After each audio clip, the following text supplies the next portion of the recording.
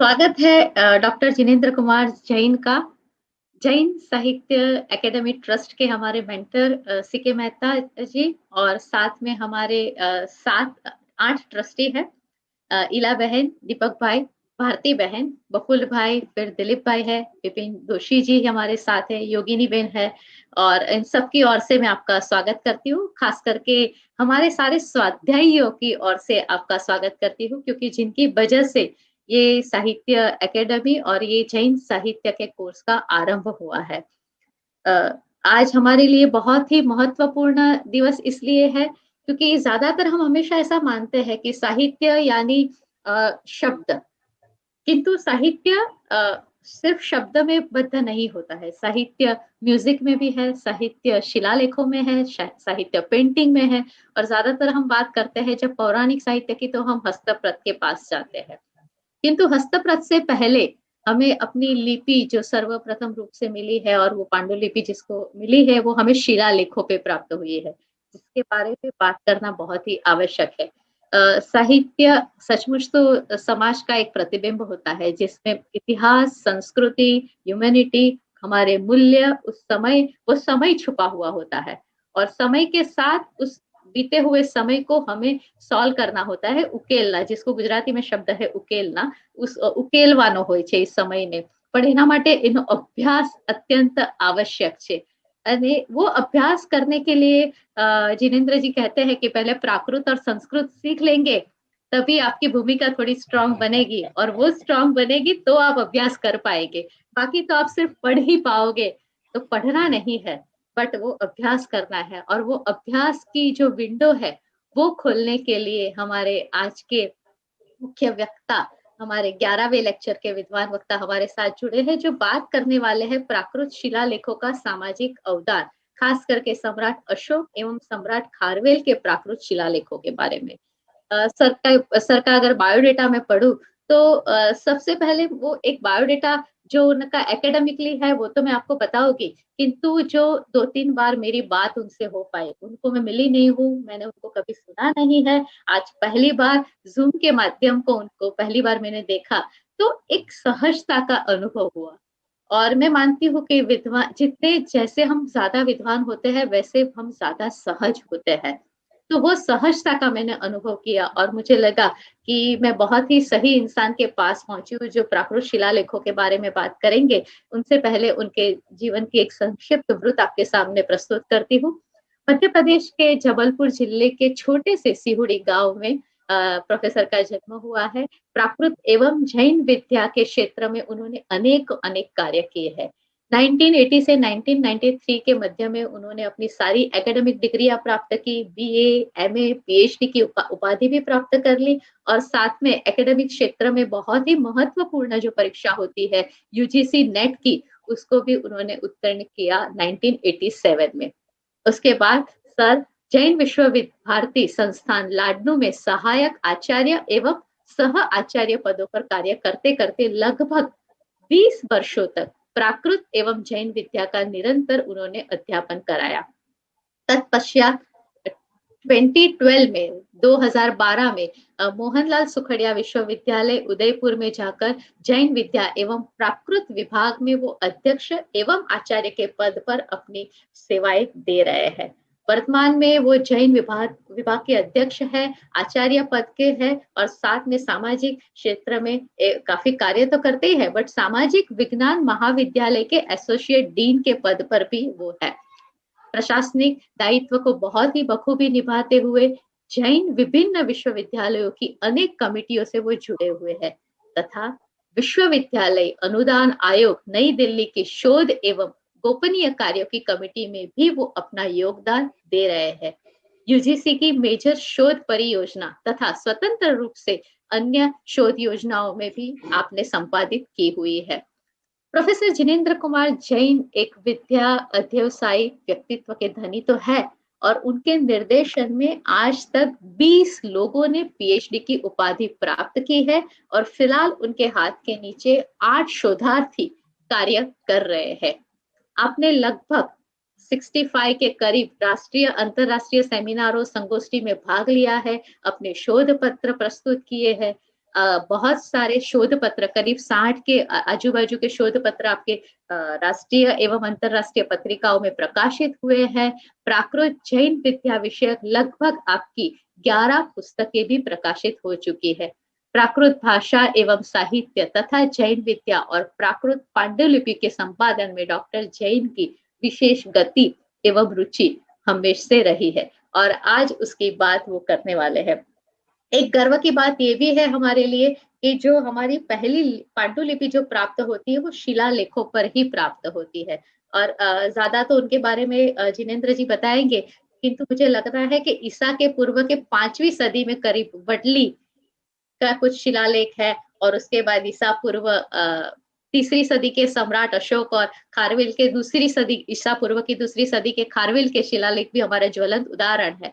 किंतु अगर मैं गलती नहीं कर रही हूँ तो पहला जो शिलालेख था वो हमें महावीर स्वामी के निर्वाण के करीब 83 या 84 इयर्स के बाद मिला था और जो उनके बारे में बता रहा था। तो ये हमारे लिए, राष्ट्र के लिए और जैन समाज के लिए भी बहुत गर्व की बात है। तो ऐसे शिलालेखों के इतिहास के बारे में और उसके सामाजिक अवदान के बारे में बात करने के लिए सर आपको आमंत्रित करती हूँ। अब ये स्टेज आपका है, आप अपने विज्ञान के प्रकाश से हम सबको उजाला दीजिए। ओम नमः सिद्धेभ्यः, ओम नमः सिद्धेभ्यः, ओम नमः सिद्धेभ्यः।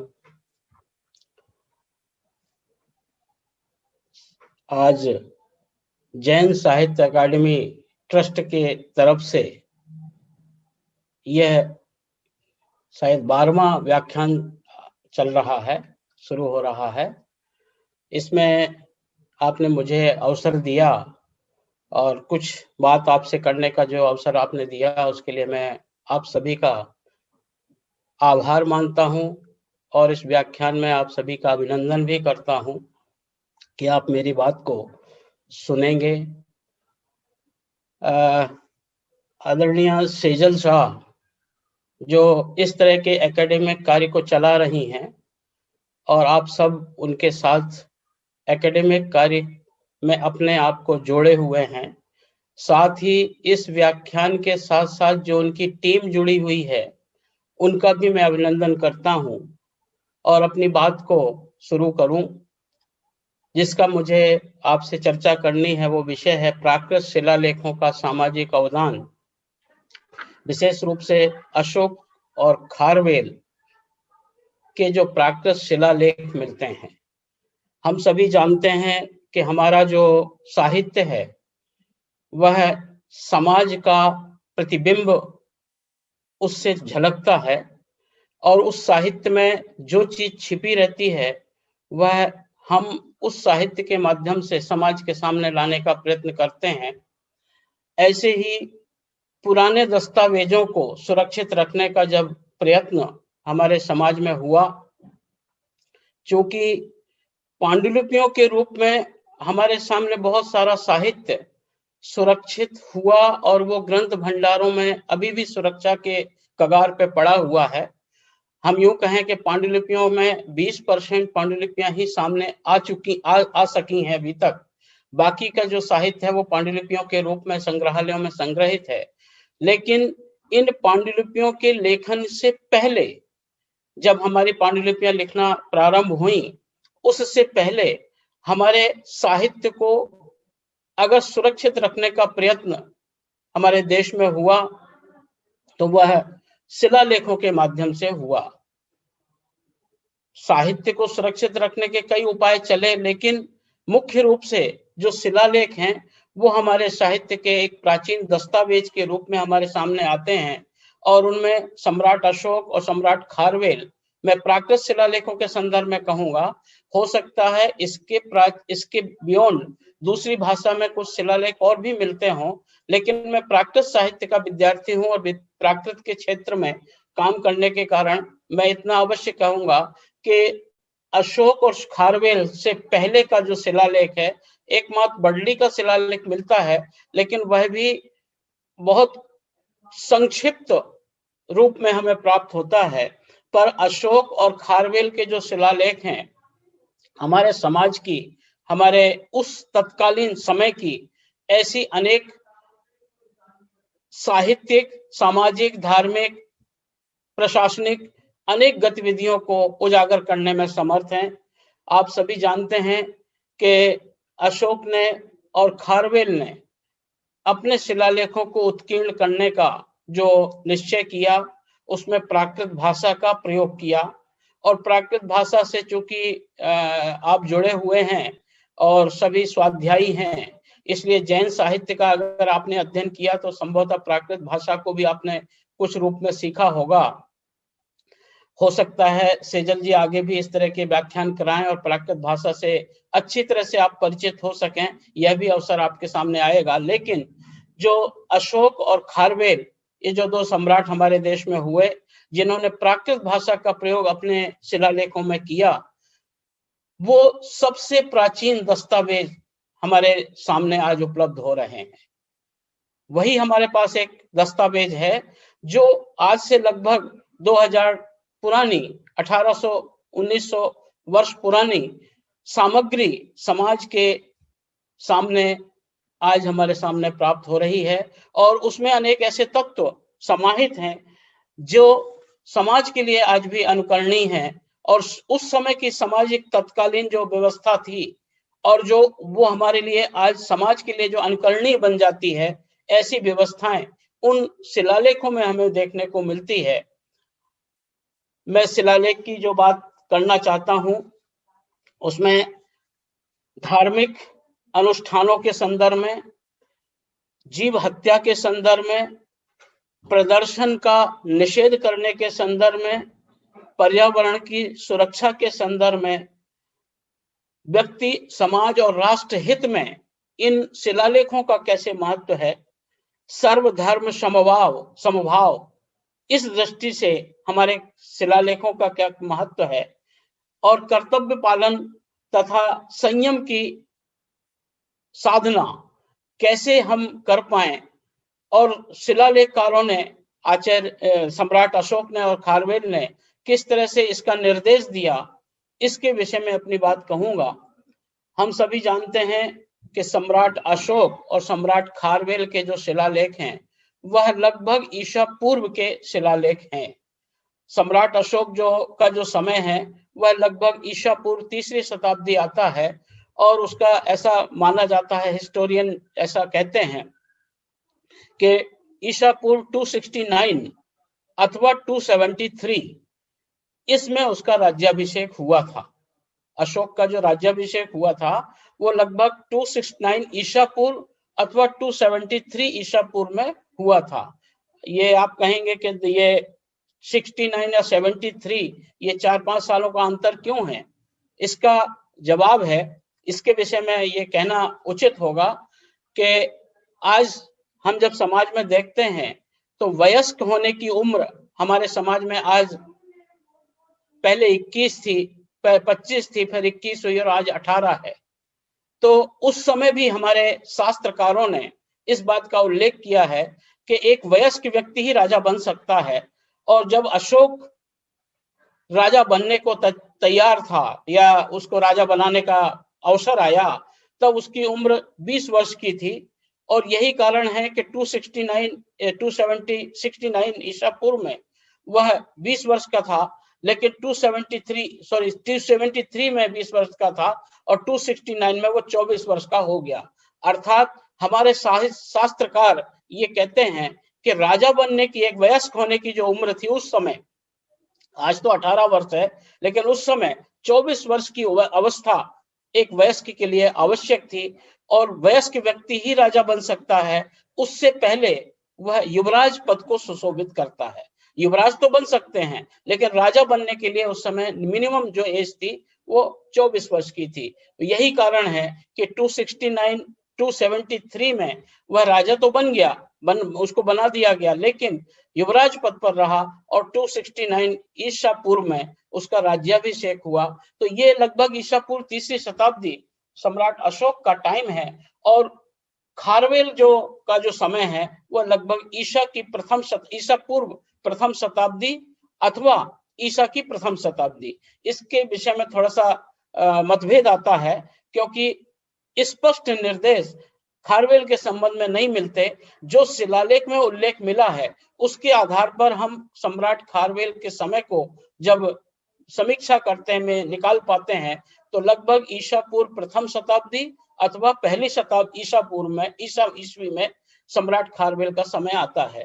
तो इतना जरूर है कि आज से लगभग 1800 1900 वर्ष पूर्व 1700-1800 वर्ष पूर्व हमारे ये शिलालेख लिखे गए और इतना पुराना साहित्य लिखित रूप में हमारे पास जैन साहित्य या प्राकृत साहित्य नहीं मिलता। सबसे प्राचीन दस्तावेज अगर हैं तो सम्राट अशोक और सम्राट खारवेल के शिलालेख हैं। हाँ, इतना जरूर है कि कहा जाता है कि जो जैन साहित्य है, जैन आगम है, वो वहां से लिखना शुरू हो गया, लेकिन उस समय वो श्रुत परंपरा के रूप में था। हम सभी ये उल्लेख ऐसा हम स्वीकार करते हैं कि उस समय श्रुत परंपरा चल रही थी। तो जो भी आगम साहित्य लिखा गया है तो महावीर काल का, लेकिन वो श्रुत परंपरा के रूप में था, लिखित रूप में नहीं था। लिखित रूप में तो फिर जब उसके वाचनाएं की गई तब वो लिखित रूप में हमारे सामने आया। तो सम्राट अशोक और सम्राट खारवेल जो आज से 1700-1800 वर्ष पूर्व हुए, उन्होंने प्राकृत भाषा का प्रयोग अपने शिलालेखों में किया और यही दस्तावेज हमारे सबसे प्राचीन लिखित रूप में दस्तावेज आज हमारे सामने उपलब्ध हैं।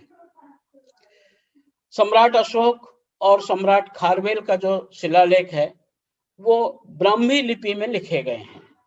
उनकी जो लिपि है, आप जानते हैं हमारे जैन आगमों में 18 प्रकार की लिपियों का उल्लेख मिलता है, 18 प्रकार की लिपियां, लेकिन उसमें सबसे प्राचीन और सबसे सहज प्रयुक्त जो लिपि है वो ब्राह्मी लिपि मिलती है। और उसी ब्राह्मी लिपि में ये अशोक के शिलालेख और खारवेल का शिलालेख लिखा गया। हाँ, अशोक का शिलालेख एक सहवाजगढ़ी, 2 शिलालेख ऐसे हैं जो उसके खरोष्ठी में लिखे गए। तो लिपियों का अंतर जरूर मिलता है, लेकिन वो सब प्राकृत भाषा में ही है। उनकी लिपि भले अलग हो सकती है 1-2 शिलालेख की, लेकिन समूचे जितने भी शिलालेख उसके मिलते हैं वो सभी प्राकृत भाषा में लिखे गए। उनकी भाषा प्राकृत है। प्राकृत भाषा का उद्भव मैं यहाँ चर्चा नहीं करूंगा, लेकिन अशोक ने जो शिलालेख लिखवाए, मैं ऐसे ही आपसे कहना चाहता हूं कि अशोक ने ये शिलालेख अपनी राजाज्ञा के रूप में लिखवाए हैं। जो राजा आज्ञा देता है समाज के लिए, अपनी जनता के लिए, उस रूप में ये शिलालेख लिखवाए। लेकिन वो शिलालेख का जो कंटेंट्स है, शिलालेखों में जो बात कही गई है, वो राजाज्ञा होते हुए भी सहज रूप से उसकी व्याख्या की गई है। आदेश नहीं दिए गए, लेकिन ये कहा कि मैं ऐसा चाहता हूं कि समाज में ऐसी बात हो, ये चीज जनता पाले, इस चीज का पालन समाज में होना चाहिए। इस तरह से उन्होंने आज्ञाएं दी हैं, लेकिन निर्देश दिए हैं, आज्ञा के रूप में उन्होंने कहीं इसमें उल्लेख नहीं किया।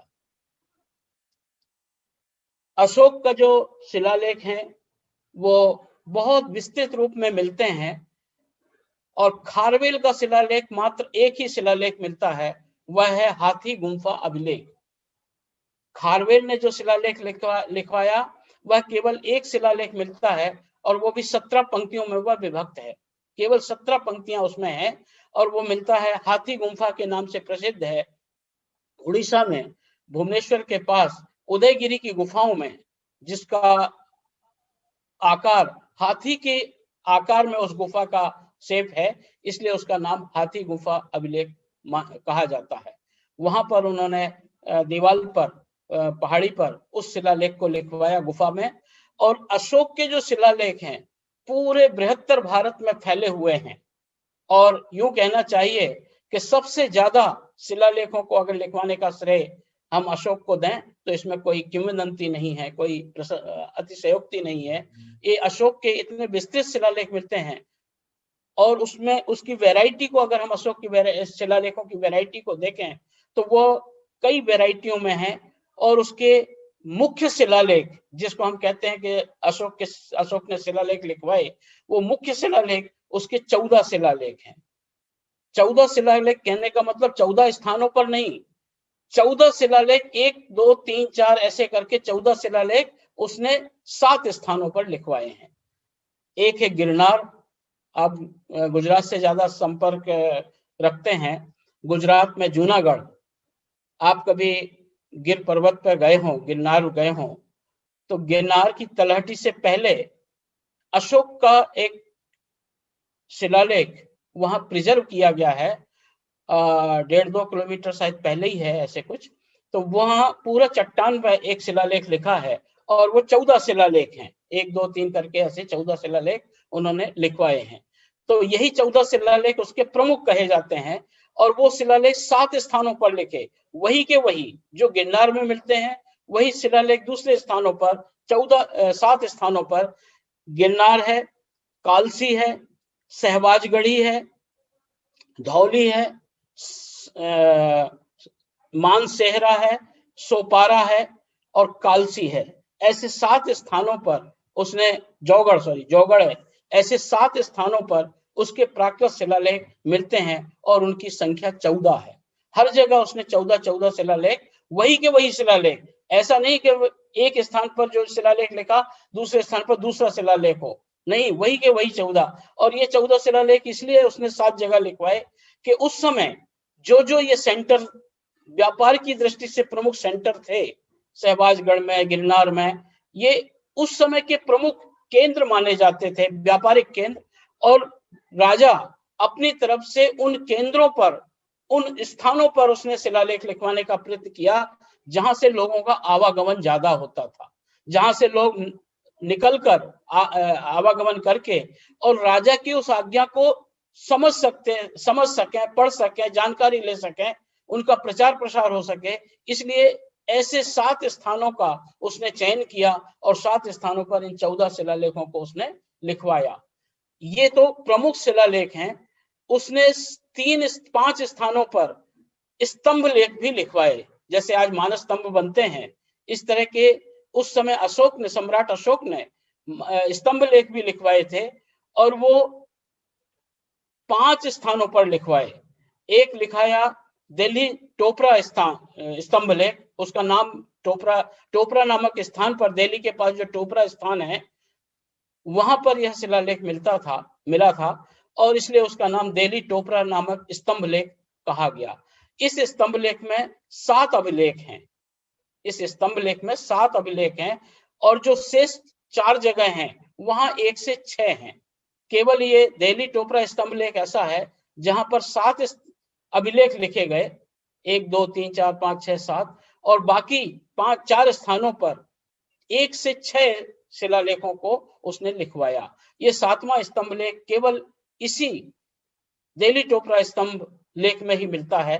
बाकी शेष जो 4 स्थान हैं वो उसमें दिल्ली मेरठ, एक मेरठ में मिला, और 3 बिहार में, लौरिया अरराज, लौरिया नंदगढ़ और मानसेहरा, ऐसे 5 स्थानों पर इसके स्तंभ लेख मिलते हैं।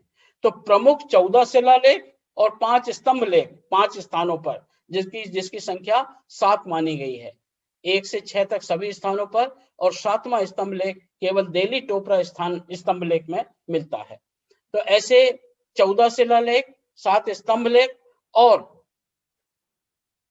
बाकी इस जो शिलालेख हैं उसके पूरे भारत में फैले हुए हैं, जगह जगह उसके छोटे छोटे शिलालेख, बाबरू का शिलालेख है, बहुत सारे शिलालेख मिल जाते हैं। लेकिन रुमंदेई का शिलालेख है, पर उन शिलालेखों की गणना तो होती है पर उनमें कंटेंट ज्यादा नहीं मिलता, इसलिए वो प्रसिद्धि के हिसाब से उतने महत्वपूर्ण नहीं कहे जाते। लेकिन 14 जो शिलालेख हैं उनमें महत्वपूर्ण जानकारी, और सम्राट खारवेल के शिलालेख में हमारे भारतीय संस्कृति की, हमारे भारतीय समाज की बहुत सारी जानकारी, उसकी अपनी धार्मिक नीति, सामाजिक जो चर्याएं हैं उनका वर्णन उसमें मिलता है।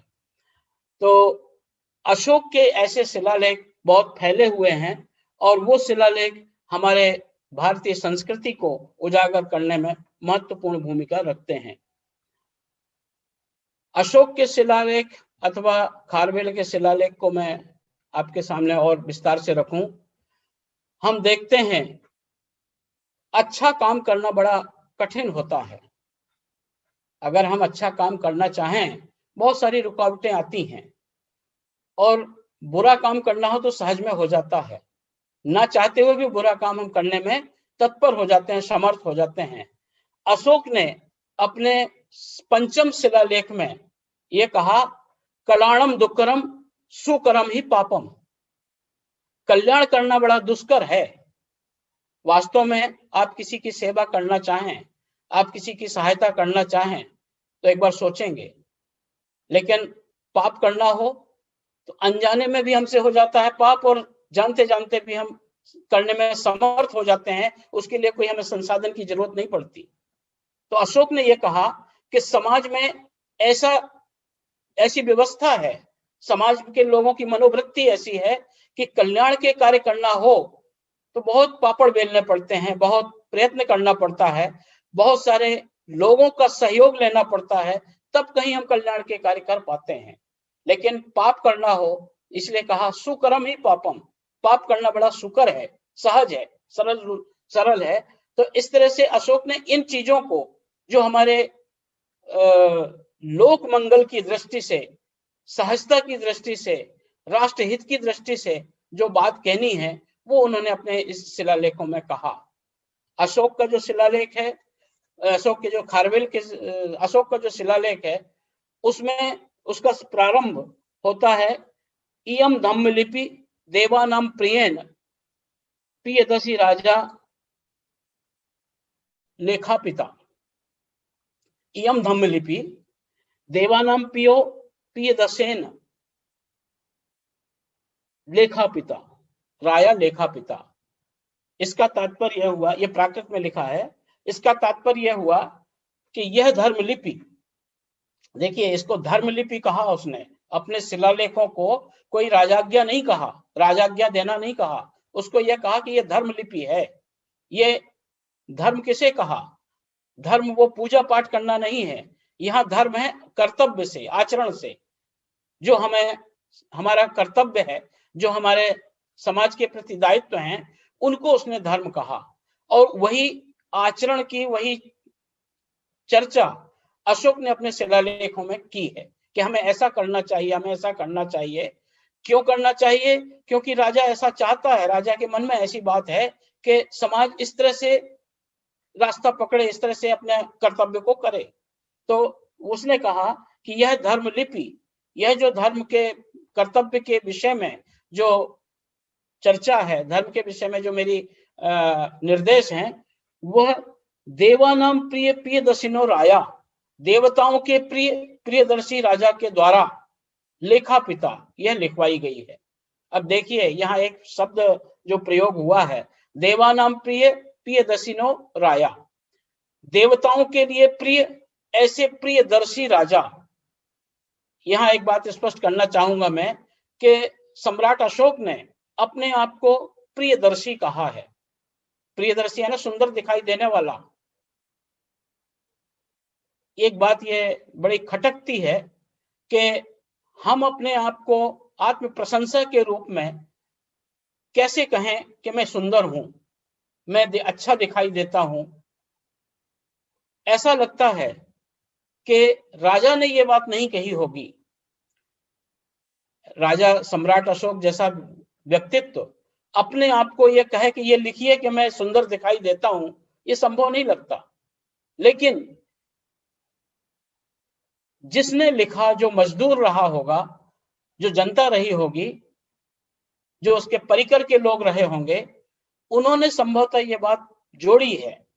ऐसा लगता है कि उसके शिलालेखों में यह जो पंक्ति आई है, यह बाद के आचार्य, जो उसके सहयोगी अधिकारी गण रहे होंगे, उन्होंने यह बात जोड़ी कि हम अपने राजा को की प्रशंसा में, उनके गुणगान में ऐसे शब्द का प्रयोग करें। मुझे नहीं लगता कि राजा ने यह बात कही हो कि मैं अपने लिए ये बात लिखूं कि मैं सुंदर दिखाई देता हूं, ऐसा राजा यह धर्मलिपि लिखवा रहा है।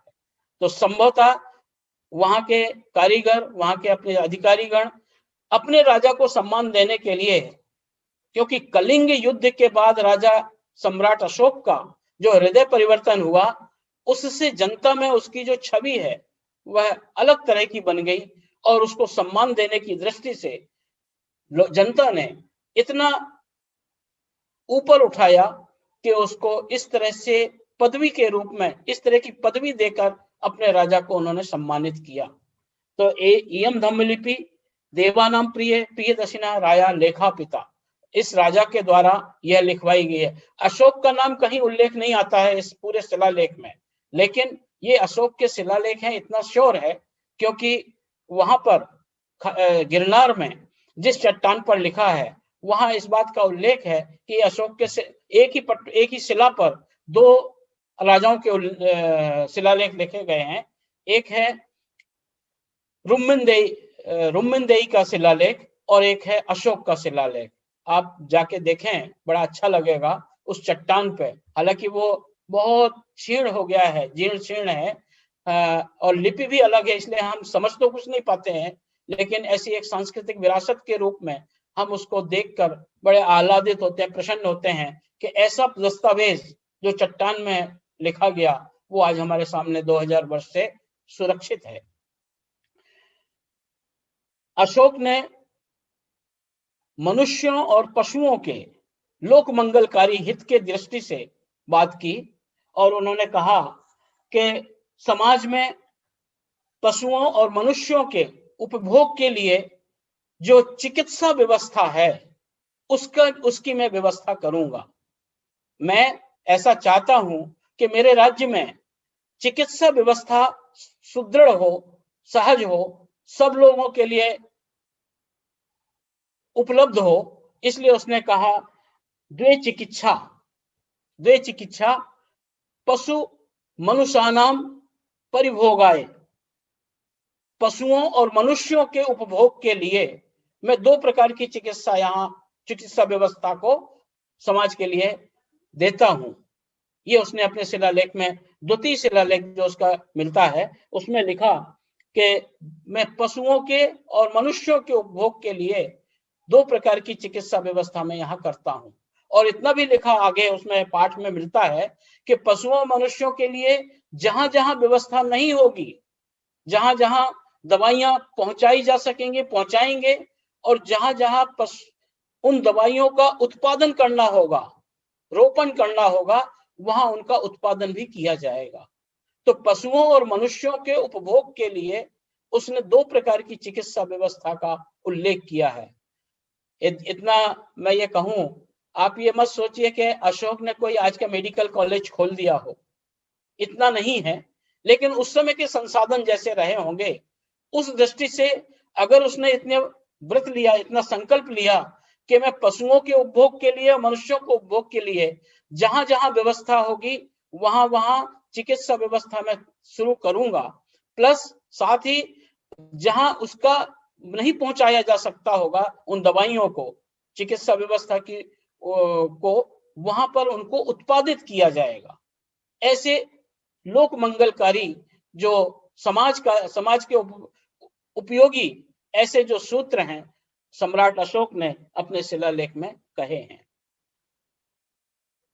हम देखते हैं समाज में बहुत सारे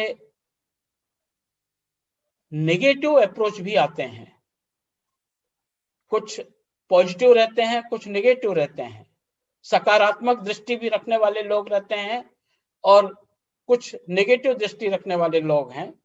उसने ये कहा कि समाजम में बहुकम दोषम समाजम में पसति देवानाम प्रियदर्शी राजा। कहता है कि देवताओं के प्रियदर्शी राजा अर्थात अशोक समाज में बहुत सारे दोषों को देखता है। जहां धार्मिक आयोजन होते हैं, जहां सामाजिक बैठकें होती हैं, मीटिंग होते हैं, उसके लिए उसने शब्द लिया समाज, कि हमारे राज्य में, मेरे राज्य में ऐसे समाज किए जाते हैं। समाज का मतलब आयोजन किए जाते हैं, धार्मिक सम्मेलन किए जाते हैं, मीटिंग की जाती हैं, सामाजिक बैठकें की जाती हैं। तो उसने कहा कि ऐसे समाज में जो आयोजन हमारे समाज में किए जाते हैं, चाहे वह धार्मिक आयोजन हो, चाहे वह सामाजिक आयोजन हो, इसमें राजा के द्वारा बहुत सारे दोषों को देखा जाता है। यानी उन मीटिंगों में, बैठकों में, सम्मेलनों में राजा दोष देखता है। तो कहता है कि इस तरह के जो आयोजन हैं जिससे दोष उत्पन्न होते हैं उनका निषेध किया गया। वो कहता है कि एक चा समाजा साधु मता, एक प्रकार का जो समाज है वह मेरे दृष्टि से साधु है, अच्छा है। उस तरह के आयोजन जहां धार्मिक प्रभावना हो रही हो, जहां समाज हित की बात की जा रही हो, जहां लोक मंगल की बात की जा रही हो, ऐसे परिषद नियुक्त होते हो, वो तो साधु मता, वो मेरे मत में साधु है, अच्छा है। लेकिन जो दूसरे आयोजन हैं उनका वो निषेध करता है। तो ये सामाजिक दृष्टि से सम्राट अशोक ने इस तरह का अपने शिलालेखों में उल्लेख किया और ये आज्ञाएं दी, निर्देश दिए कि मेरे समाज में चूंकि इस तरह की जो बैठकें आयोजन समायोजन समारोह आदि जो किए जाते हैं, वो अगर उसमें दोष हैं तो ऐसे आयोजनों का मैं निषेध करता हूं और केवल जिनसे धार्मिक प्रभाव ना होती हो, लोक मंगलकारी कार्य जिससे संचालित होते हो, उन कार्यों की मैं आज्ञा देता हूं। तो नाचा समाजो कतब्बो, ऐसे समाज नहीं किए जाने चाहिए। नाचा समाजो कतब्बो, ऐसे समाज करना हमारा कर्तव्य नहीं है। इस तरह से अशोक ने अपने इस शिलालेख में बात की। सामाजिक दृष्टि से हम ये देखें कि व्यक्ति अहिंसक प्रवृत्ति वाला है। जैनिज्म भी इस बात को मानता है कि हमारी जो प्रवृत्ति है वह अहिंसक है, लेकिन समाज के विभिन्न प्रकार के प्रेशर से, समाज के विभिन्न प्रकार के संसर्गों से हम हिंसक प्रवृत्ति में जुड़ जाते हैं, या हमारी समाज की ऐसी व्यवस्थाएं बन गई हैं जिसके कारण हम हिंसा से जुड़ जाते हैं। अशोक कहता है कि मेरे राज्य में भी इस तरह की प्रवृत्ति है, जहां प्राणियों की हिंसा की जाती है। उसने तो यहां तक कहा कि मेरे राज्य में जो महान सम्मी है, अर्थात मेरे राज्य में जो भोजनालय हैं, महान सम्मी का अर्थ वहां भोजनालय से किया गया है, कि मेरे राज्य में जितने भी भोजनालय हैं उसमें हिंसा का प्रयोग होता है। जीवों को मारकर सूप के लिए, सूपाथाय, सूप के प्रयोजन से जो पेय पदार्थ है, जो रसयुक्त सब्जी का प्रयोग हम करते हैं, उसके लिए सूपाथाय, सूप के लिए इस तरह से जीवों की हिंसा करके लोग मनोरंजन करते हैं। और उसने कहा कि अब मेरे राज्य में इस सूप के प्रयोजन से जो भी हिंसा होती है उसका मैं निषेध करता हूं, लेकिन एकाएक निषेध नहीं किया। इतना जरूर उसने कहा कि मैं एकदम से इसका निषेध नहीं कर पाऊंगा, क्योंकि समाज की जो प्रवृत्ति है उसमें थोड़ा अंकुश लगाने में दिक्कत आएगी। इसलिए कहा ती एव पाणा, तीन ही प्राणियों का मैंने खुला रखा है। ती एव पाणा, ये कहा इसने पहले शिलालेख में ही है। मगो न धुबो एते पिताना त्रिपाणा पछा न आर विसरे, अर्थात ये तीन प्राणी, दो मोरा एको मगो, दो मोर और एक मृग, ये इसका उल्लेख किया उसने पहले शिलालेख में ही कि दो मोर और एक मृग, केवल इनका मैं आज्ञा देता हूं कि ये मेरे जो राजकीय कोष से संचालित जो भोजनालय हैं, उन भोजनालयों में केवल इन दो प्राणियों का, दो मोर, एक मोर और दो मोर और एक मृग, केवल इनका ही मैं वध करने का आदेश देता हूं। बाकी कुछ समय तक न मगो न धुबो, लेकिन मृग भी हमेशा नहीं, न धुबो, ध्रुव, ध्रुव का मतलब शाश्वत, हमेशा। तो मैं इन प्राणियों का निर्देश तो देता हूं कि ये एक बार प्रयोग में सूप के लिए किए जाएं, लेकिन ये हमेशा के लिए नहीं। और बाद में फिर इनका भी ये ती प्राणी न आर विसरे, इनका फिर आरंभ नहीं किया जाएगा। भविष्य में इसका भी निषेध किया कि कुछ समय तक मैं इसकी परमिशन देता हूं, लेकिन बाद में इनका भी निषेध होगा। तो इस तरह से जीव दया को लेकर सम्राट अशोक बहुत अवेयर थे और उन्होंने ये कहा कि समाज में इस तरह की व्यवस्था जो अभी चल रही है उसका मैं निषेध करता हूं, लेकिन कुछ समय तक ये अगर चलती रही तो ये कुछ समय तक के लिए मैं परमिट कर सकता हूं, बाद में फिर इनका भी निषेध किया जाएगा। तो इस तरह अशोक बहुत सारे सूत्रों को देकर ऐसे मंगलकारी जो कार्य हैं उनको वो करवाता है। प्राकृत शिलालेखों में अशोक ने धर्म प्रचार के लिए बहुत सारे काम किए। उसने अपने शासन को, उसका जो साम्राज्य था वो पूरे बृहत्तर भारत, जो हम आज का भारत नहीं, बृहत्तर भारत, जिधर अफगान की जो सीमा है, इधर पाकिस्तान है, इधर वेस्ट बंगाल है, इधर सिक्किम है, नेपाल है, ये सब भारत के अंतर्गत आते थे उस समय। तो बृहत्तर भारत की जो एक कल्पना है, उस बृहत्तर भारत में जो सम्राट अशोक ने अपना शिलालेखों को जो लिखवाया, उसमें ये कहा कि ये पूरे राज्य में मैं अपने अधिकारियों को नियुक्त करता हूं, शासन को विकेंद्रीकरण करके, ताकि जनता तक मैं अपनी बात को पहुंचा सकूं, ऐसे अधिकारियों की उसने नियुक्ति की थी। और उसमें 4 अधिकारियों के नाम आते हैं। एक आता है युक्त, एक आता है रज्जुक, एक आता है प्रादेशिक, और एक आता है धर्म महामाता। ये दोनों शब्द मिलते हैं, धम्म महामात और धम्म महामाता। ऐसा लगता है कि अशोक के समय अशोक ने अपने साम्राज्य में फीमेल को, स्त्री को भी धर्म प्रचार के लिए लगाया था। इसीलिए उसमें उल्लेख मिलता है धम्म महामाता, स्त्रीलिंग शब्द का प्रयोग हुआ है। तो पुल्लिंग भी तो उसमें नियुक्त थे ही, रज्जुक हैं, युक्त हैं, प्रादेशिक हैं और धर्म महामात्र। ऐसे अधिकारियों को 4 वर्गों में विभाजित करके उसने अपने साम्राज्य का विकेंद्रीकरण, प्रशासन का विकेंद्रीकरण किया था।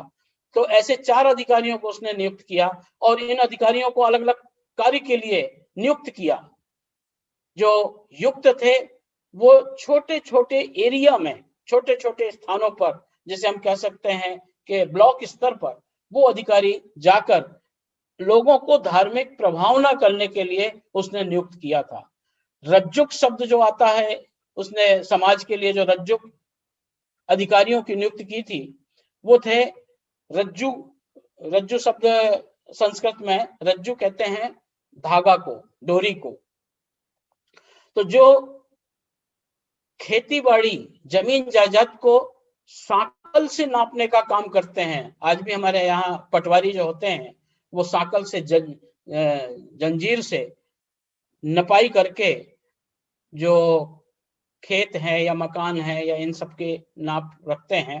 तो रज्जुक का मतलब रस्सी, तो रस्सी से नाप करके जो राजस्व का हिसाब किताब रखते हैं, ऐसे रज्जुक नामक अधिकारी थे को उसने नियुक्त किया। इन सब व्यवस्थाओं को उसने सामाजिक दृष्टि से प्रयुक्त किया, उपयोग में लाने के प्रयत्न किया। और तीसरा है प्रादेशिक। प्रादेशिक का मतलब है आज का कलेक्टर, जिसको हम कह सकते हैं कि पूरे जिले का जो स्वामी होता है वो कलेक्टर। तो ऐसे प्रादेशिक जो अपने राज्य में, अपने साम्राज्य में, अपने प्रदेश में जो धर्म के प्रचार के लिए, सामाजिक जनता के हित सुख के लिए जो सेवा करेगा, कार्य करेगा, ऐसे प्रादेशिक नाम के अधिकारियों को उसने नियुक्त किया था। और चौथा है धर्म महामात्र, जो इन समस्त तीनों प्रकार के अधिकारियों के ऊपर जो अधिकारी है वह है धर्म महामात्र, जो 5-5 वर्षों में जगह जगह जाकर अपने अपने क्षेत्र में दौरा करके और धर्म को प्रचार प्रसार करने की दृष्टि से वो रिपोर्ट लेता है, लेने का उसका दायित्व है। तो इस तरह से अधिकारियों की नियुक्ति प्रशासनिक दृष्टि से जो विकेंद्रीकरण प्रशासन का किया, वो हमारे लिए बड़ा सहज है। और आज हम अपने समाज में देख पाते हैं कि जो केंद्र की सरकार है और स्टेट की सरकार है, इस तरह से शासन को 2 भागों में विभाजित करके उसने अपने साम्राज्य की स्थापना की, अपने राज्य को संचालित किया। अशोक के इन शिलालेखों में बड़ा महत्वपूर्ण जो दायित्व है वो हमारे परिवार को लेकर है कि परिवार के संबंध कैसे होने चाहिए, समाज में किस तरह से हमारा कर्तव्य होना चाहिए। इन चीजों का अशोक ने बड़ा सुंदर वर्णन किया और बड़ी सुंदर व्यवस्था दी समाज के लिए। जो हम सामाजिक अवदान के रूप में कह सकते हैं। उसने कहा समाज में, परिवार में, राष्ट्र में माता पिता की सेवा अनिवार्य है। माता पिता की सेवा करना बहुत आवश्यक है। तो न केवल माता पिता, वहां बहुत सारे शब्द मिलते हैं, मातरि पितरि, महालकानाम, पितृषु मातृषु महालकानाम, वयोवृद्धानाम, जो वयोवृद्ध हैं, स्थविर हैं, जो अब चलने फिरने में असमर्थ हो गए हैं, जो महालक लोग हैं, महालक का मतलब है पद प्रतिष्ठा से, भौतिक संपन्नता से जो समृद्ध हैं, ऐसे लोग समाज में, यानी सामाजिक दृष्टि से जो संपन्न लोग हैं, इन सब के प्रति संपटिपति होनी चाहिए। संप्रतिपति यानी उचित व्यवहार होना चाहिए। बहुत अच्छा वर्णन किया है कि माताओं में, पिताओं में, माता पिता में, समाज के श्रमण वर्ग में, ब्राह्मण वर्ग में, और जो हमारे साथ काम करने वाले साथी लोग हैं, इन सबके प्रति उचित व्यवहार होना चाहिए। हम ऐसा ना करें कि उनके श्रम का शोषण करें, हम उनको उचित सम्मान भी दें और उनके श्रम का उचित सम्मान करते हुए उनका उपभोग उस रूप में करें ताकि अन्याय ना हो सके। बड़ा सुंदर वर्णन अशोक के शिलालेखों में मिलता है। इस तरह से बहुत सारी चीजें सम्राट अशोक ने अपने शिलालेखों में लिखी। खारवेल का जो शिलालेख है, हाथी गुम्फा अभिलेख, उसकी भी थोड़ी चर्चा मैं करूं। एक समन्वयवादी दृष्टिकोण रखने वाला शासक खारवेल हुआ है, जिसने न केवल प्राकृत के शिलालेख में समाज की दृष्टि से, बल्कि एक स्वतंत्र सामाजिक दृष्टि से, स्वतंत्र शासक की दृष्टि से उसने शासन किया। हाँ, इतना जरूर है कि सम्राट खारवेल का जो शासन था वह बड़ा अनूठा था।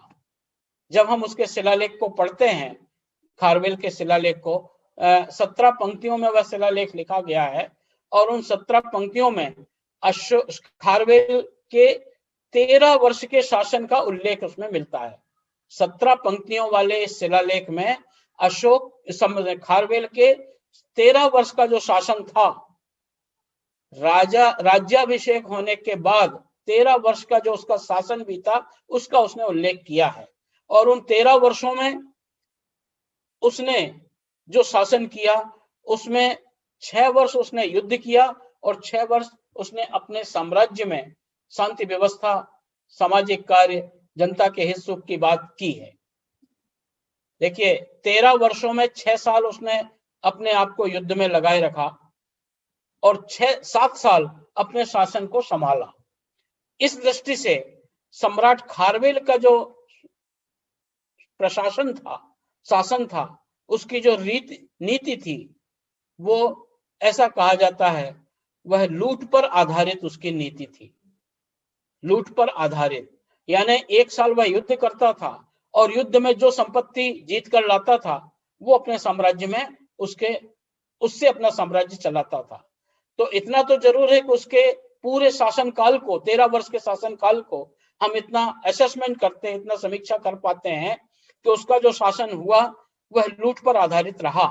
लेकिन लूट पर आधारित होते हुए भी उसने ऐसे ऐसे सामाजिक कार्य किए जो एक महान शासक ही कर पाता है, सामान्य व्यक्ति नहीं कर पाता, सामान्य शासक नहीं कर पाता।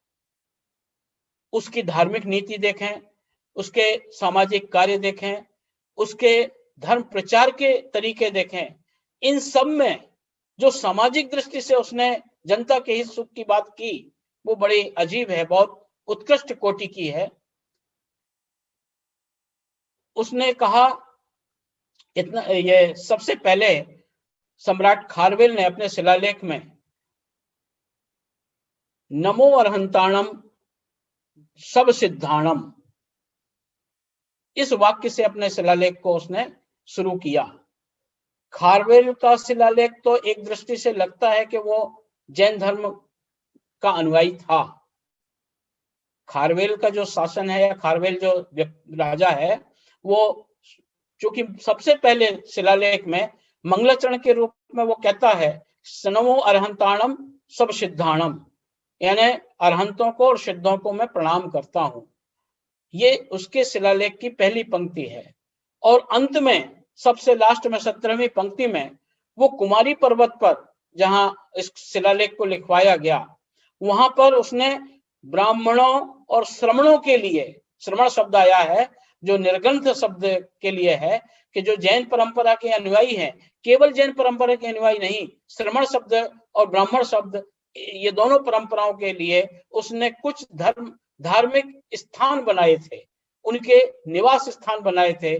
जो स्थविर हो जाते हैं साधु संत, उनके निवास स्थान उसने वहां पर बनवाए और उनकी सुरक्षा की दृष्टि से, उनके जीवन यापन की व्यवस्था की दृष्टि से ऐसे कार्य किए। तो सबसे पहले प्रारंभ में, शिलालेख के प्रारंभ में और अंत में, इन दो चीजों से ऐसा लगता है कि सम्राट खारवेल जैन अनुयायी था।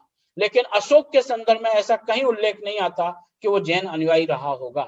हाँ, इतना जरूर है कि उसने मध्यम मार्ग अपनाया और बौद्ध अनुयायी के रूप में उसने धर्म का प्रचार प्रसार किया। तो बौद्ध अनुयायी तो उसको हम कह सकते हैं, क्योंकि उसने बौद्ध धर्म के प्रचार के लिए विदेशों में भी कुछ बातें की हैं, उसने प्रयत्न किए हैं धर्म के प्रचार प्रसार के लिए। लेकिन सम्राट खारवेल एक जैन शासक होने के कारण इस तरह के उल्लेख उसके शिलालेख में मिलते हैं।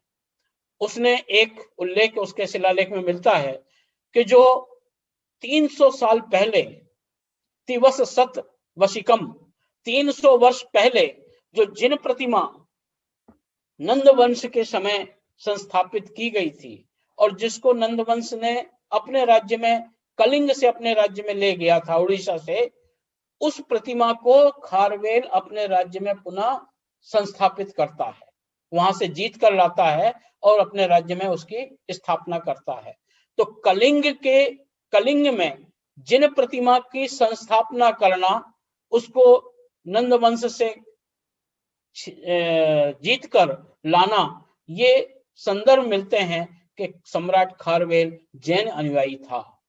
ऐसे 2-3 संदर्भ जो मिलते हैं उससे हम इसको कह सकते हैं कि ये जैन अनुयायी था। लेकिन केवल जैन के लिए ही उसने काम नहीं किया, उसने कोई जैन धर्म का प्रचार नहीं किया, लेकिन समस्त धर्मों का समवाय के रूप में, अहिंसा समवाय के रूप में और समस्त संप्रदायों के लिए उसने काम किया।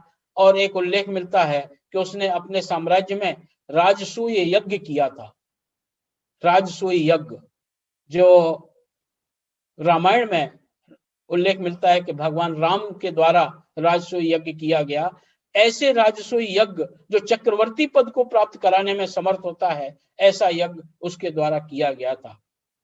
केवल धार्मिक आयोजन, जैन धार्मिक आयोजन नहीं किए गए, जबकि उसने समस्त धर्मों का अपने साम्राज्य में, अपने शासन काल में प्रश्रय दिया और बहुत अनेक तरह से उसने अपने साम्राज्य में इन चीजों को उद्घाटित किया। जनता के हित सुख के लिए उसने अनेक प्रकार के कर माफ किए। एक साल युद्ध करता था और दूसरे साल उस युद्ध में जीती हुई संपत्ति को अपने जनता के हित सुख के लिए वो उसका उपयोग करता था। तो ऐसे सम्राट खारवेल ने 13 वर्षों के शासन काल में 7 वर्ष अपने शासन को जो संभाला, उसमें राजसूय यज्ञ करना, समस्त धर्मों को सम्मान देते हुए विभिन्न आयोजनों को करना, जिन प्रतिमा की पुनः स्थापना करना और अनेक तरह के जो अनुग्रह हैं जनता के हित सुख के लिए, छायादार वृक्षों का रोपण करवाना, 8-8 कोसों पर कुओं का निर्माण करवाना, ये सब काम उसने किए। तो ऐसा उल्लेख मिलता है कि सम्राट खारवेल का जो शासन था वह बड़ा सहज, सरल और संपन्नता पूर्वक उसने अपने साम्राज्य को चलाया। एक बड़े गर्व की बात है कि सम्राट खारवेल ने जब अपना युद्ध जगह जगह करने जाता था तो उसकी सेना पूर्व से, क्योंकि उसका शासन पूर्व में था, उड़ीसा में था, और उड़ीसा से जब वह अलग अलग दिशाओं में जाता था पश्चिम में जाना है तो दक्षिण में होते हुए वह अपनी सेना को भेजता था, यानी इतना कवर करता था कि दक्षिण को भी अपने कब्जे में करता, फिर पश्चिम को अपने कब्जे में करना चाह रहा था। महत्वाकांक्षी तो था, लेकिन महत्वाकांक्षी किस लिए?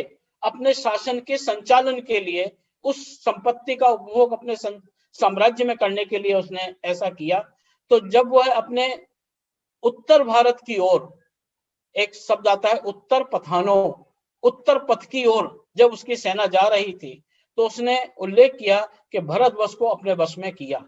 भारतवर्ष, वहां भारतवर्ष शब्द का उल्लेख आया है, और ये कहा जाता है कि सम्राट खारवेल द्वारा जो भारतवर्ष का उल्लेख किया गया, यही हमारे भारत देश का नाम वहां से भारतवर्ष पड़ा। ये बड़े गर्व की बात है कि जैन शिलालेख में, खारवेल के शिलालेख में जो भारतवर्ष उत्तर पथ के लिए उल्लेख आया है कि उत्तर भारत की ओर जब उसने प्रयाण किया और उत्तर भारत को भी अपने कब्जे में कर लिया, शेष भारत को अपने कब्जे में तो उसने पहले कर लिया, लेकिन उत्तर भारत को जब अपने कब्जे में किया, यानी दिल्ली और उत्तर पंजाब की ओर जब अपना साम्राज्य फैलाया, तो इसका मतलब कि वो समूचे भारत में अपने साम्राज्य को फैला चुका था। यही कारण है कि वहां पर उसने अपने शिलालेख में इस बात का उल्लेख किया कि मैं भारतवर्ष का शासक हूं। और वो भारतवर्ष आज से लगभग 1700-1800 साल पहले इस भारत का नाम हमें भारतवर्ष जब मिला, और यही हमारे भारतीय संविधान में इस बात का उल्लेख किया गया, खारवेल के चित्र को लेते हुए, खारवेल का संदर्भ देते हुए, कि हम भारत देश, हमारा देश का नाम है। तो ये बड़े गर्व की बात है। परंपराएं अलग अलग हैं, दूसरी परंपरा में एक अलग आधार लिया जाता है भारत देश का नाम करने के लिए, लेकिन जैन परंपरा में खारवेल का जो शिलालेख है वो भारत देश के नाम के लिए एक प्राचीन दस्तावेज का काम करता है।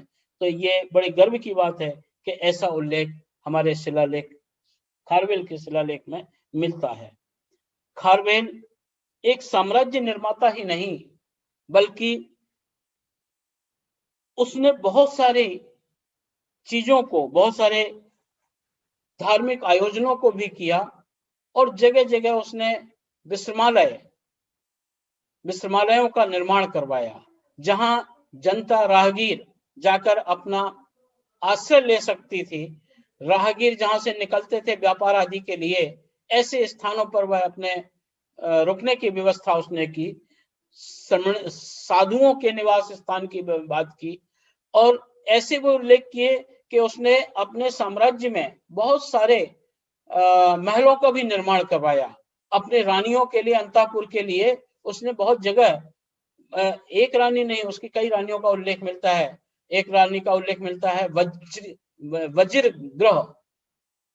वज्रगृह, एक महाविजय प्रासाद नामक महल का उसने निर्माण करवाया। तो ऐसे उल्लेख मिलते हैं कि सम्राट खारवेल ने अपने लिए भी, मतलब अपने साम्राज्य के, अपने परिवार के लिए भी और जनता के हित सुख के लिए बहुत सारा काम किया, जो उसके शिलालेख इस तरह की बातों को का उल्लेख कर पाते हैं। अशोक और खारवेल ये दो ऐसे शासक हैं जिन्होंने शिलालेखों के माध्यम से सामाजिक नीति को इतने ऊपर उठाया। खारवेल का एक उल्लेख मिलता है कि उसने अपने साम्राज्य में जिन स्थानों का निर्माण करवाया, जिन विश्रामालयों का निर्माण करवाया जहां जनता रुक सकती थी, उनके नामकरण भी ऐसे किए जो हमारे जैनिज्म से संबंध रखते हैं, जैसे खेम राजा, बड्ढ राजा। अब ये थोड़ा सा अंतर है कि ये जो नाम मिलते हैं उसके दो अर्थ लिए जाते हैं। एक तो उसके शाब्दिक अर्थ, जो जैसे क्षेम कहते हैं श्रेय को, शुभ को, कल्याण को, तो क्षेमंकर यानी जो क्षेम राजा हैं, जिनका हम कल्याण करना चाहते हैं, लोगों का कल्याण करना चाहते हैं, ऐसे स्थान उसने बनवाए। बड्ढ राजा जो वृद्धि को प्राप्त होने वाले हैं, जिनकी प्रशस्ति आगे बढ़ने वाली है, जो संसार में आगे अपनी समृद्धि को बढ़ाएंगे, ऐसे राजाओं के लिए उसने स्थान बनवाए। तो ये बहुत सारे ऐसे नाम मिलते हैं जो जैनिज्म को ध्यान में रखकर ये उल्लेख मिलता है। खेम राजा है, बड्ढ राजा है, भिक्खु राजा है, ऐसे शब्दों का उल्लेख किया है। और ये दो शब्द, ये जो शब्द हैं वो दो अर्थ रखते हैं, एक तो शुभ के रूप में, अच्छे के रूप में, कल्याण के रूप में, और दूसरा वो नामकरण जो जैन परंपरा को संबोधित करते हैं और साधुओं के नाम इस पर मिलते हैं कि क्षेम राजा है, वृद्ध राजा है, और इस तरह से भिक्षु राजा है। तो इन लोगों के लिए उसने उन धार्मिक स्थलों का निर्माण करवाया था। सम्राट खारवेल का जो शिलालेख है और अशोक के शिलालेख में कुछ चीजें ऐसी समानता की मिलती हैं, जो मैंने कहा कि साम्राज्य परिवारों के संबंधों को लेकर, जहां माता पिता की सेवा करना हो, वृद्ध लोगों की सेवा करना हो, समाज के प्रतिष्ठित लोगों की सेवा करने का उल्लेख हमारे दोनों शिलालेखों में मिलता है। अनुग्रह करने का भाव सम्राट खारवेल के मन में बहुत ज्यादा था, और इसीलिए उसने उल्लेख भी किया कि मैंने 35 लाख लोगों का अनुरंजन किया। देखिए, सम्राट खारवेल के समय उसने अपनी जनता का उल्लेख किया कि मेरे साम्राज्य में कितनी जनता है, 35 लाख। हम आज के संदर्भ में आज के साथ उसको जोड़ेंगे तो कोई ज्यादा नहीं है, लेकिन फिर भी उस समय, आज से 1800 वर्ष पहले, 1700 वर्ष पहले, इस देश की अगर उसके साम्राज्य में जिनके बीच में उसने सामाजिक कार्य किए, उनके हित सुख की बात की, जहां उसने अनेक प्रकार के टैक्स माफ किए, कर मुक्त किया, जहां लोगों को राहत देने का काम किया, ऐसे ही उसने अनेक प्रकार के अनुग्रह करके और लोगों का हौसला बढ़ाया, लोगों के हित सुख की बात की। इस तरह से अनेक प्रकार से सम्राट अशोक और खारवेल का जो शिलालेख है वो हमें महत्वपूर्ण जानकारी देता है। यहाँ एक शब्द और मैं उल्लेख करूं, एक शब्द मिलता है सम्राट अशोक के शिलालेख में, पाषंड। पाषंड शब्द पाषंडेषु व्याप्ता, वो धर्म महामात्र के संदर्भ में कहते हैं, जहां धार्मिक प्रचार प्रसार करना होता है, कि धार्मिक प्रचार प्रसार करने के लिए उसने धर्म महामात्र को जब नियुक्त किया तो कहा वे धर्म महामात्र न केवल धर्म का प्रचार प्रसार देखेंगे, बल्कि समस्त पाषंडों में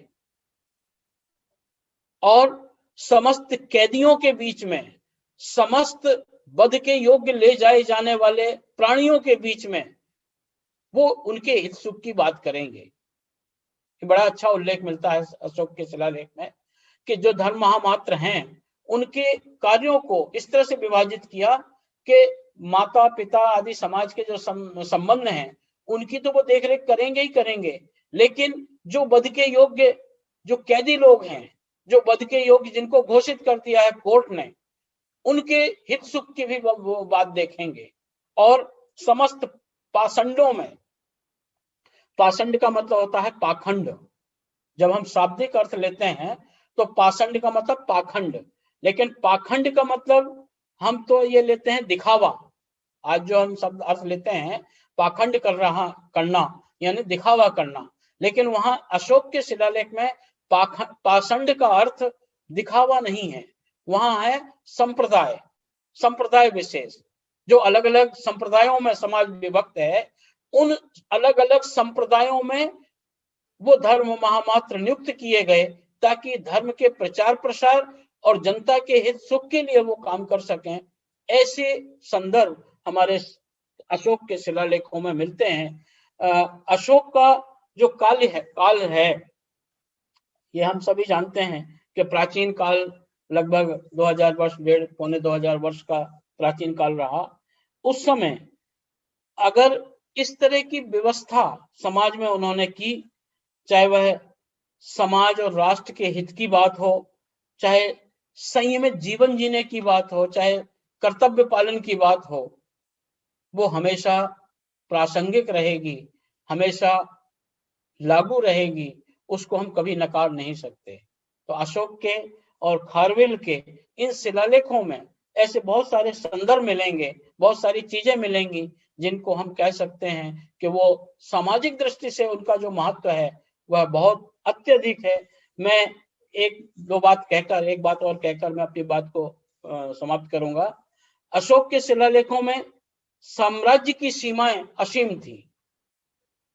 साम्राज्य को उसने इतना अधिक बढ़ा दिया था कि असीम हम उसको कह सकते हैं। हालांकि है तो भारत ही, लेकिन पूरे भारत, जैसे जैसे मैंने कहा बृहत्तर भारत में, और प्रशासन संबंधी जो सूचनाएं उसके शिलालेख में मिलती हैं, बहुत सारी ऐसी सूचनाएं हैं जिनका आज के संदर्भ में अगर हम वो राजतंत्र से, शासन से जोड़ें तो बहुत सारी समानताएं मिलती हैं।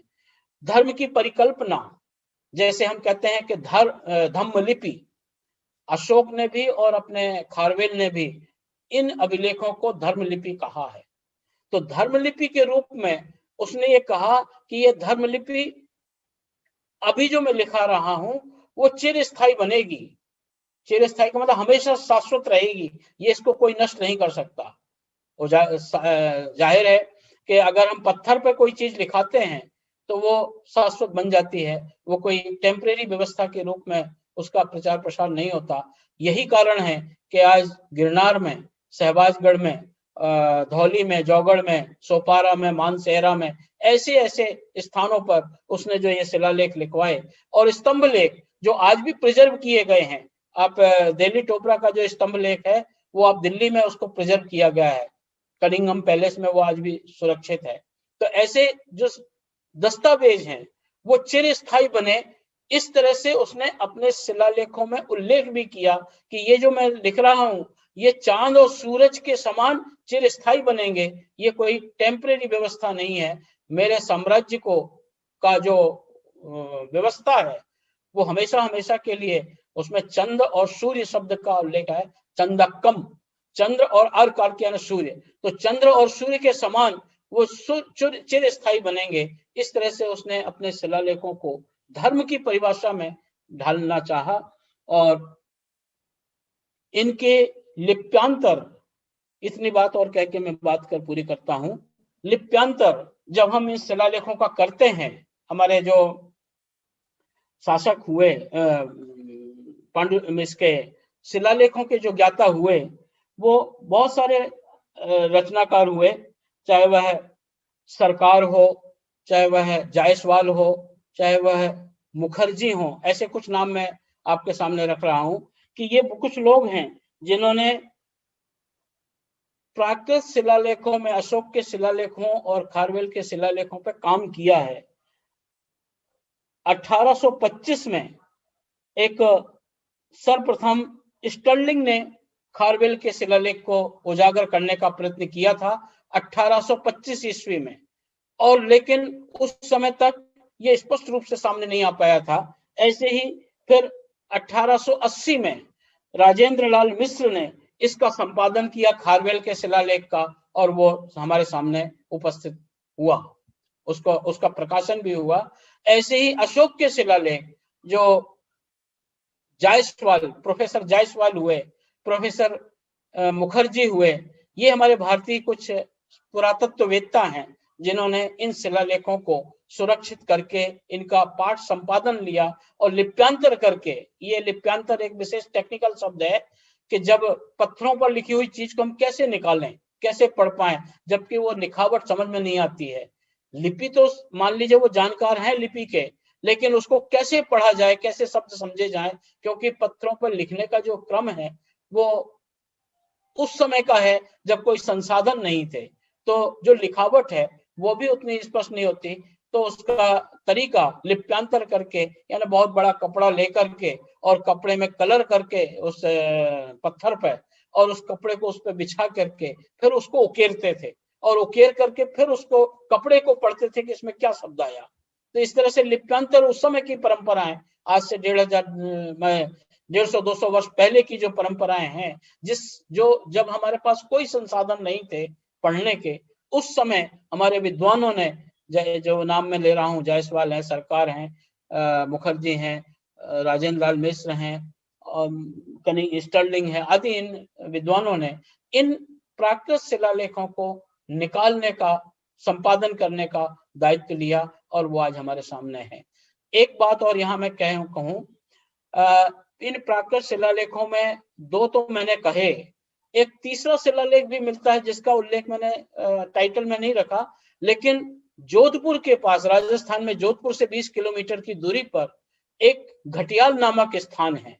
घटियाल 20 किलोमीटर की 20-30 के आसपास, तो वहां घटियाल नामक स्थान पर एक शिलालेख मिला और उसको, उसके जो राइटर हैं, जो जिन्होंने लिखवाया, उसका नाम मिलता है कक्कुट। कक्कुट, तो कक्कुट नाम का घटियाल स्थान पर कक्कुट के द्वारा एक शिलालेख और लिखवाया गया था। वो 23 पंक्तियों में, 23 पद्यों में, 23 दोहों में, गाथाओं में लिखा गया है। और वह शिलालेख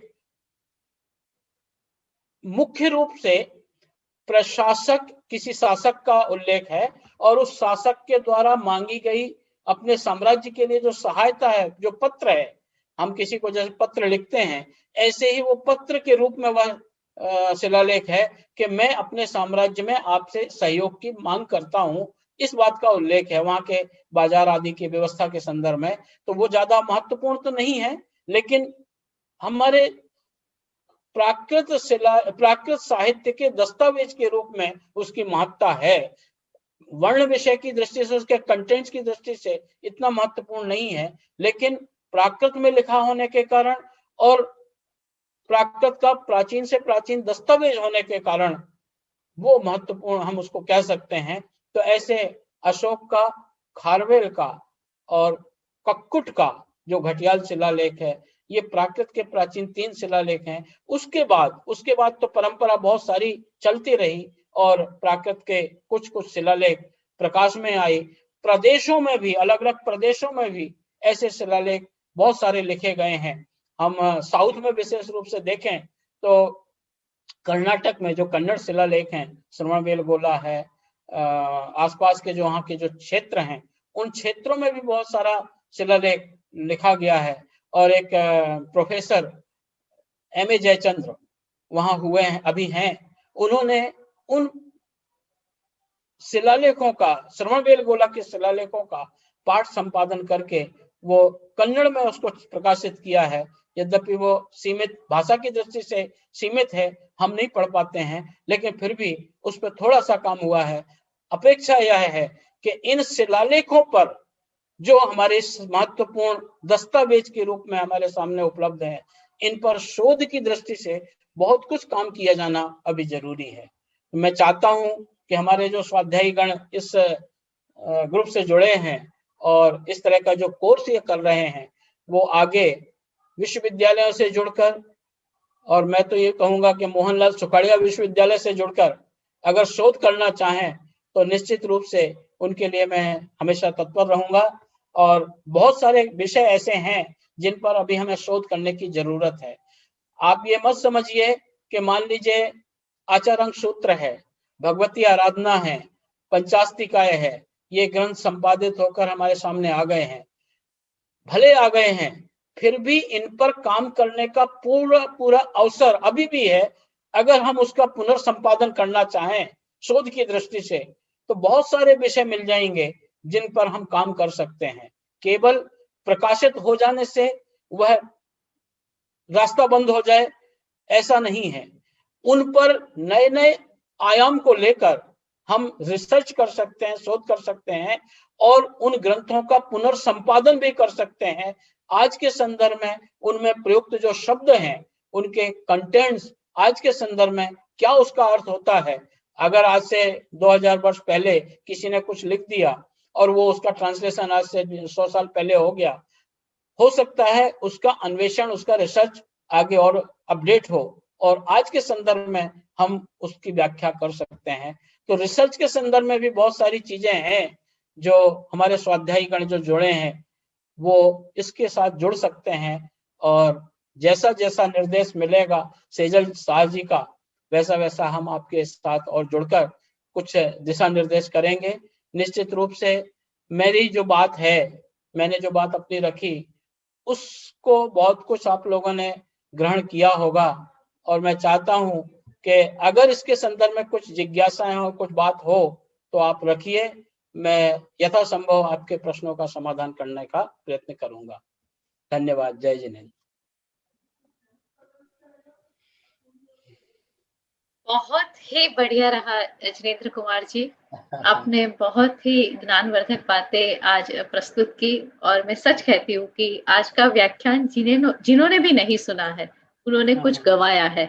मतलब प्राकृत शिलालेखों की बात ऐसे बहुत ऊपर ऊपर से थोड़ी बहुत सुनी थी कि खारवेल के है, ये है, किंतु इतना गंभीरतापूर्ण वक्तव्य मैंने मैडम पहली बार।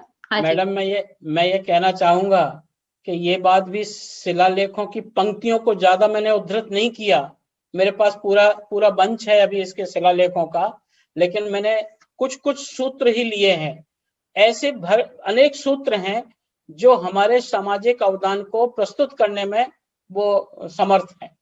और सम्राट अशोक, चाहे अशोक हो या खारवेल हो, वो महत्वाकांक्षा इस रूप में नहीं रखते थे, वो जनता के हित सुख के लिए उन्होंने काम किया है। क्योंकि अशोक ने जब कलिंग का युद्ध जीता और उसके नरसंहार को देखा, उसके बाद जो हृदय परिवर्तन की बात उसके सामने आई, उससे वो इतना सरल सहज सरल बन गया था कि जनता के हित सुख के लिए वो अपने आप को समर्पित कर चुका था। चलिए ठीक है, आपने नहीं, बहुत ही अच्छी बात है। मतलब ये पूरा एक हमारा जो सामाजिक स्ट्रक्चर है, वो वहां से हमें प्राप्त होता है और बहुत सारे मतलब ऐसे धार्मिक और सामाजिक तत्व मूल्य जिसको हम कहते हैं, वो हमें ये शिलालेखों से प्राप्त हुए हैं। और जिस तरह से आपने बहुत अच्छी बातें ये कही कि वो 14 शिलालेखों समान है, किंतु 7 अलग अलग जगह पर है। मतलब हाँ, लेख 7 भी जगह समान है। और 7 जगह पर है। वो बहुत ही रसप्रद बात रही। साथ में आपने स्तंभ की बात भी की और अशोक के शिलालेखों में जो पूरे सामाजिक अवदान, मतलब विषय को पूरा न्याय दिया। आप संपूर्ण रूप से उस केंद्र के पास ही रहे सामाजिक अवदान का। और मुझे आज लगता है कि भारतीय कॉन्स्टिट्यूशन की रचना में जो भी कुछ हुआ है, शायद ये शिलालेख और उसके मूल्यों को कहीं ना कहीं हमने जोड़ा है। और वो सारी बातें हम जिसको वैल्यू कहते हैं, वो वैल्यू, ये एक रिच कल्चर हमें यहाँ से प्रतिबिंबित होता है। और खारवेल की बात भी आपने बहुत महत्व, सिर्फ 17 पंक्तियों का वो शिलालेख, और 17 पंक्तियों में उन्होंने इतनी सारी बातें कही। तो एकमात्र शिलालेख उनका होने के बावजूद भी आज उनकी गणना होती है। और अगर मैं गलती नहीं कर रही हूँ तो कॉन्स्टिट्यूशन पे वो चित्र भी है ना, खारवेल के शिलालेखों का। तो खारवेल का चित्र तो है, शिलालेख का है। शिलालेख का चित्र है, शिलालेख का महावीर स्वामी का चित्र है, लेकिन हाँ। खारवेल के चित्र को, शिलालेख को लिया है। तो एक कितने मतलब महत्वपूर्ण उन्होंने काम किया कि एक अकेले राजा ने वहां तक पहुंचने की एक बात जो की है, तो उतना और सबसे सामाजिक बड़ी बात है, उत्तर उत्तर पथ को जो भारतवर्ष का नाम मिला, जी, भारतवर्ष का जो उल्लेख इसमें मिला, वो हमारे लिए गर्व की बात है कि भारत देश का नाम वहां से शुरू होता है, आज से 1700-1800 साल पहले से। राइट, बराबर है। बाकी लिटरेचर तो बाद का है, जी, लेकिन अशोक खारवेल के जो शिलालेख में भारतवर्ष का उल्लेख मिला, ये 1800 साल पहले का जो संदर्भ है, वो हमारे लिए बड़े गर्व की बात है। गर्व की बात है। सही बात कहा आपने। मतलब बहुत सारी ऐसी बातें आपने की। मतलब मुझे भी पहली बार पता चला कि शम्मी यानी भोजनालय। तो ऐसे काफी नए हाँ, शब्द भी महान सम्मी, महान सम्मी, हाँ, तो मतलब ऐसे बहुत महानस, महानस मानसा शब्द है उसमें। जी। तो ऐसे बहुत सारे नए शब्द का परिचय भी आज हुआ। और एक रसप्रद बात आपने लास्ट में घटियाल की कही कि कक्कुट का जो शिलालेख है, जो 23 दोहा में है और प्राकृत में ही लिखा गया है, तो उसकी प्राकृत भी में लिखा बात गया है। थी। तो ऐसी बहुत सारी बातें आपसे मिली और मैं सच कहती हूँ कि आपके इस व्याख्यान से जो रिचनेस हम एनरिच हुए हैं, उसको मैं ज्यादातर शब्दों में नहीं कह पाऊंगी। समय थोड़ा हो गया है। अगर आप इजाजत दे तो 3-4 क्वेश्चन आए हैं, हम ले ले। बिल्कुल बिल्कुल बिल्कुल, पूछिए। जी। तो 3-4 क्वेश्चंस जो आए हैं, उन्होंने पूछा है किसी ने कि अशोक और खारवेल राजा के अलावा और कोई राजा थे जिन्होंने शिलालेख की रचना की? शिलालेख तो नहीं लिखे, लेकिन राजा बहुत हुए हैं जिन्होंने जैन धर्म को और भाषा को प्रश्रय दिया है। जैसे संप्रति राजा एक हुआ जिसने हमारे जैनिज्म को आगे बढ़ाया। होयसल वंश जो साउथ में है, होयसल वंश, उन्होंने जैनिज्म को खूब प्रश्रय दिया और जैन कला का उसमें खूब विकास हुआ। साउथ में अगर हम देखें तो साउथ में जितने भी ये मंदिर मिलेंगे, वो होयसल वंश के द्वारा बनवाए हुए ज्यादातर मिलेंगे। तो वो उनका एक अवदान है कि मंदिरों आदि का संरक्षण करके जैन धर्म का उन्होंने, और विशेष रूप से चित्रकला के रूप में, चित्रकला वहाँ आर्ट जो बड़ा अच्छा है, उन मंदिरों का जो आर्किटेक्चर है उसके क्षेत्र में उन्होंने, राजाओं ने बहुत योगदान दिया है। अच्छा, और एक सवाल ये आया है, जो अशोक के ऑल इंडिया से पूरे भारत में अशोक के जो शिलालेख है वो एक ही भाषा में है कि अलग अलग भाषा में है? कुछ जो महत्वपूर्ण शिलालेख हैं, चाहे स्तंभ लेख देखें, चाहे मुख्य जो 14 शिलालेख हैं, या कुछ ये बिखरे हुए शिलालेख हैं, उनमें चूंकि लिपि की भाषा, लिपि अलग होने से ये पूरे के पूरे पढ़े नहीं गए हैं। बहुत सारे अभी भी बाकी हैं जिनको पढ़ पाना बड़ा कठिन है या पढ़ा नहीं गया, तो ये कह पाना कि उनकी भाषा क्या है समस्त की, ये थोड़ा सा कठिन होगा। लेकिन जो अभी तक मिले हैं उनमें सब में प्राकृत भाषा का ही प्रयोग हुआ है। ब्राह्मी लिपि का प्रयोग ज्यादातर उनमें हुआ है, और ब्राह्मी लिपि होने के कारण वो सहज रूप में हर किसी के पढ़ने में नहीं आ पाते हैं, पर भाषा का प्रयोग ज्यादातर अशोक ने प्राकृत भाषा का ही प्रयोग किया है। और उसी से जुड़ा हुआ एक सवाल ये है कि अशोक के शिलालेख क्या इंडिया के बाहर भी मिलते हैं अभी फिलहाल? नहीं, नहीं, इंडिया के बाहर तो नहीं है जी। और एक वाचक ये भी, सुनने वाला ये भी जानना चाहता है कि जो कक्कुट का शिलालेख आपने बताया वो कितना पुराना है? वो उतना ही पुराना है? वो भी लगभग 17वीं शताब्दी के आसपास का है, लेकिन वो प्रकाश में बहुत बाद में आया है। जैसे मैंने बताया ना कि लगभग 19वीं शताब्दी के आसपास एशियाटिक सोसाइटी, जो रॉयल एशियाटिक सोसाइटी है, वहां पर इस चीज का रिसर्च हुआ और उन्होंने इस चीज को सामने लाने का प्रयत्न किया, पर बहुत बाद सामने आया, पर है पुराना, लगभग 17वीं 16वीं शताब्दी का। Thank you very much Jinendra Kumar ji, बहुत ही अच्छा रहा। ये आपने सारी इंफॉर्मेशन दी, उसमें से अगर आप किसी गुजराती पुस्तक के परिचय में हो तो हमारे लोग वो भी जानना चाहते हैं, और वो मैं आपसे गुजराती लिटरेचर में किताब में तो मुझे ध्यान नहीं आ रहा, लेकिन जैन साहित्य नो जो इतिहास है उसमें संभवतः होगी, लेकिन मैं हिंदी के बता सकता हूँ, अंग्रेजी के बता सकता हूँ। राजबली पांडे की एक प्रशस्ति, खारवेल प्रशस्ति है, उसमें पूरा खारवेल का उल्लेख मिलता है, और राजबली पांडे ने ही सम्राट अशोक के 7 स्थानों पर जो शिलालेख मिलते हैं और जो स्तंभ लेख 5 स्थानों पर मिलते हैं, उसका तुलनात्मक पाठ भी दिया हुआ है, और विस्तृत भूमिका सहित वो भी प्राप्त होती है, और उसमें संस्कृत छाया प्लस हिंदी अनुवाद सब उसमें दिया हुआ है। एक प्राचीन भारतीय अभिलेख संग्रह किताब है, और उसके कई वॉल्यूम हैं प्राचीन अभिलेख संग्रह के, श्री राम गोयल उसके राइटर हैं। तो वो राजस्थान हिंदी ग्रंथ अकेडमी जयपुर से छपी है, उसमें भी सम्राट अशोक और सम्राट खारवेल के बहुत सारे शिलालेखों का पूरा इंट्रोडक्शन दिया है। उसका नाम है प्राचीन भारतीय अभिलेख संग्रह, और इसके कई वॉल्यूम हैं। ये जो वॉल्यूम है वो प्राचीन को भी लिया है और आधुनिक को भी लिया है। तो ये प्राचीन भारतीय अभिलेख संग्रह, बहुत सारे ग्रंथ ऐसे मिल जाएंगे जिनमें इन का पाठ हमें मिल जाता है। बहुत ही बहुत बहुत बहुत शुक्रिया जिनेंद्र कुमार जी। मतलब आपसे मैंने काफी बातें की, और आज आपका व्याख्यान सुनने के बाद आपने बहुत अच्छी बात अंत में जो कही, मुझे वो सबसे अच्छा सेंटेंस लगा कि आप आते रहेंगे। और आप बिल्कुल बिल्कुल। मैं तो ये सोच रहा था आपसे, अभी जब आपसे पता चला कि ये 11 व्याख्यान हो चुके हैं, तो मैं तो सोच रहा था कि आप मुझे पहले बताते तो कम से कम मैं उन व्याख्यानों को भी सुन पाता, और अब आगे मैं जुड़ा रहूंगा। मैं जरूर, आप जुड़े रहेंगे जरूर, और आपको सारे व्याख्यान में रिकॉर्डेड भिजवाओगी, और हम लेट मिले उसके लिए हम मनीष जी को बोलेंगे कि उन्होंने क्यों लेट मिलवाया। जैन साहित्य एकेडमी मनीष जी का फोन आया था, और उन्होंने ऐसे ही कहा कि वो आपसे बात करेंगे, तो आप थोड़ा हेल्प कीजिए। मैंने कहा बिल्कुल पूरी करेंगे। राइट। नहीं जिनेंद्र चलिए कुमार जी, ठीक है। जय जिनेंद्र। यहाँ बहुत आपसे आज्ञा लूंगी मैं, और मैं पूरे बहुत एकेडमी और हमारे सारे स्वाध्यायियों की ओर से आपकी बहुत बहुत बहुत आपके प्रति आभार व्यक्त करती हूँ। Thank you. और आभार, वापस हम आभार आपका भी कि आपने मुझे मौका दिया, और आगे मैं आपके साथ जुड़ा रहूंगा, ऐसा आपके प्रति बहुत बहुत आभार। Thank you sir. धन्यवाद। जय जिनेंद्र। जय जिनेंद्र।